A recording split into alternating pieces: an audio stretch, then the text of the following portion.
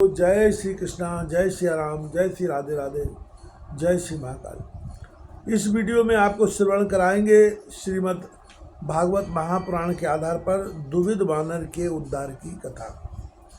राजा परीक्षित ने पूछा, भगवान बलराम जी सर्वशक्तिमान एवं सृष्टि प्रलय की सीमा से परे अनंत है। उनका स्वरूप, गुण, लीला आदि मन, बुद्धि और वाणी के विषय नहीं है।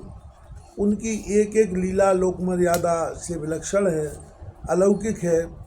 उन्होंने और भी जो कुछ अद्भुत कर्म किए हैं उन्हें मैं फिर से सुनना चाहता हूँ। श्री सुखदेव जी ने कहा, परीक्षित, दुविध नाम का एक वानर था।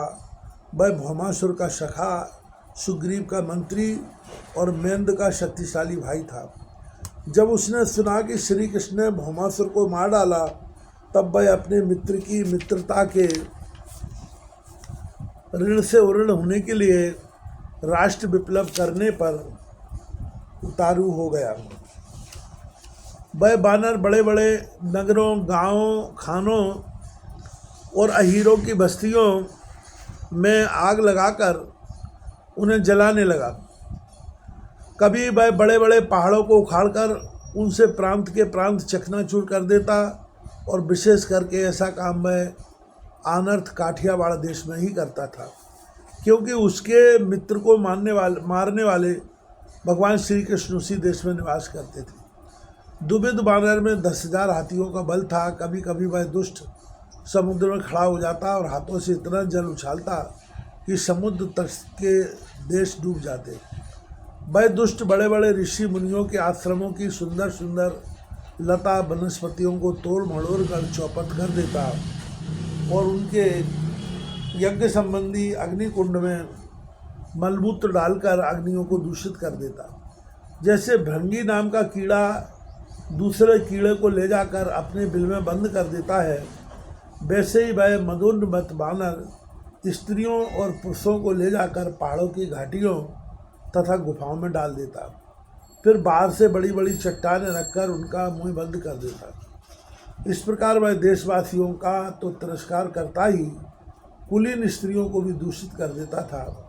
एक दिन वह दुष्ट सुललित संगीत सुनकर रेव तक पर्वत पर गया।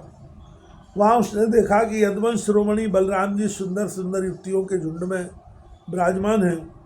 उनका एक एक अंग अत्यंत सुंदर और दर्शनीय है और वक्ष स्थल पर कमलों की माला लटक रही है। वे मधुपान करके मधुर संगीत गा रहे थे और उनके नेत्र आनंद उन्माद से भयल हो रहे थे। उनका शरीर इस प्रकार शोभायमान हो रहा था मानो कोई मदमत गजराज हो।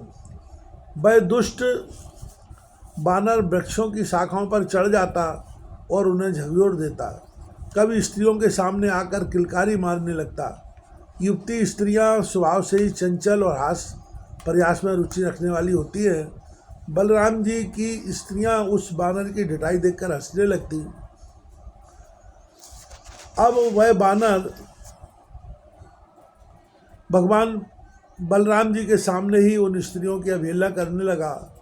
वह उन्हें कभी अपनी गुदा दिखाता तो कभी भौहें मटकाता, फिर कभी कभी गरज तरज कर मुँह बनाता, घुड़कता। वीर शिरोमणि बलराम जी उसकी यह चेष्टा देखकर क्रोधित हो गए। उन्होंने उस पर पत्थर का एक टुकड़ा फेंका, परंतु दुविध ने उससे अपने को बचा लिया और झपटकर मधु कलश उठा लिया तथा बलराम जी की अवहेलना करने लगा। उस धूर्त ने मधु कलश को फोड़ ही डाला, स्त्रियों के वस्त्र भी फाड़ डाले, और अब वह दुष्ट हंस हंसकर बलराम जी को क्रोधित करने लगा। परीक्षित, जब इस प्रकार बलवान और मदोन्मत्त दुविध बलराम जी को नीचा दिखाने तथा उनका घोर तिरस्कार करने लगा, तब उन्होंने उसकी ढिठाई देखकर उसके द्वारा सताए हुए देशों की दुर्दशा पर विचार करके उस शत्रु को मार डालने की इच्छा से क्रोधपूर्वक अपना हल मूसल उठाया। दुविध भी बड़ा बलवान था। उसने अपने एक ही हाथ से साल का पेड़ उखाड़ लिया और बड़े वेग से दौड़कर बलराम जी के सिर पर उसे दे मारा। भगवान बलराम पर्वत की तरह अविचल खड़े रहे। उन्होंने अपने हाथ से उस वृक्ष को सिर पर गिरते गिरते पकड़ लिया और अपने सुनंद नामक मूसल से उस पर प्रहार किया। मूसल लगने से दुविध का मस्तक फट गया और उसके खून की धारा बहने लगी। उस समय उसकी ऐसी शोभा हुई मानो किसी पर्वत से गेरू का सोता बह रहा हो। परंतु द्विविद ने अपने सिर फटने की कोई परवाह नहीं की। उसने कुपित होकर एक दूसरा वृक्ष उखाड़ा, उसे झूड़ कर बिना पत्ते का कर दिया और फिर उससे बलराम जी पर बड़े जोर का प्रहार किया। बलराम जी ने उस वृक्ष के सैकड़ों टुकड़े कर दिए। इसके बाद द्विविद ने बड़े क्रोध से दूसरा वृक्ष चलाया, परंतु भगवान बलराम जी ने उसे भी सतता छिन्नभिन्न कर दिया। इस प्रकार वह उनसे युद्ध करता रहा। एक वृक्ष के टूट जाने पर दूसरा वृक्ष उखाड़ता और उससे प्रहार करने की चेष्टा करता।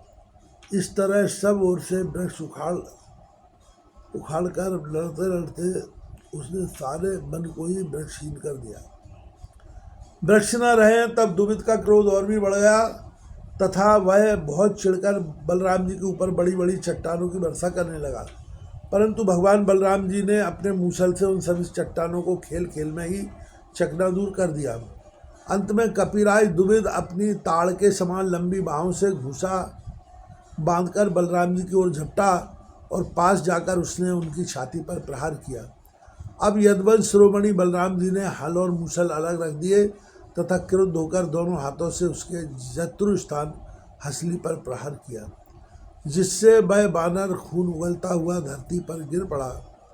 परीक्षित, आंधी आने पर जैसे जल में डोंगी डगमगाने लगती है, वैसे ही उसके गिरने से बड़े बड़े वृक्षों और चोटियों के साथ सारा पर्वत हिल गया।